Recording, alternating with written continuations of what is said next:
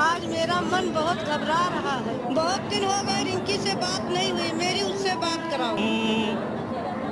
आपका मुस्कुराना गजब ढा गया, हाल क्या है दिलों का न हेलो। पूछो। हाँ बिटिया, क्या हाल चाल है? सब ठीक है मम्मी, और वहाँ भी सब क्या? यहाँ सब ठीक है बिटिया। तुम्हारे मौसा जी कैसे? मौसा जी भी ठीक है मम्मी। ये लो बात करो। मैं दिल हाँ बच्ची। और भैया अब बिटिया पठाई जाओ, हमार मन नहीं लागत। दो दिन का चाय पी ले जाए। अच्छा ठीक है बच्ची, बढ़ा जा बया। तुम्हारी हंसी कम नसी, उससे मेरा तराना गजब ढा गया, हाल क्या है दिलों का न पूछो सनम।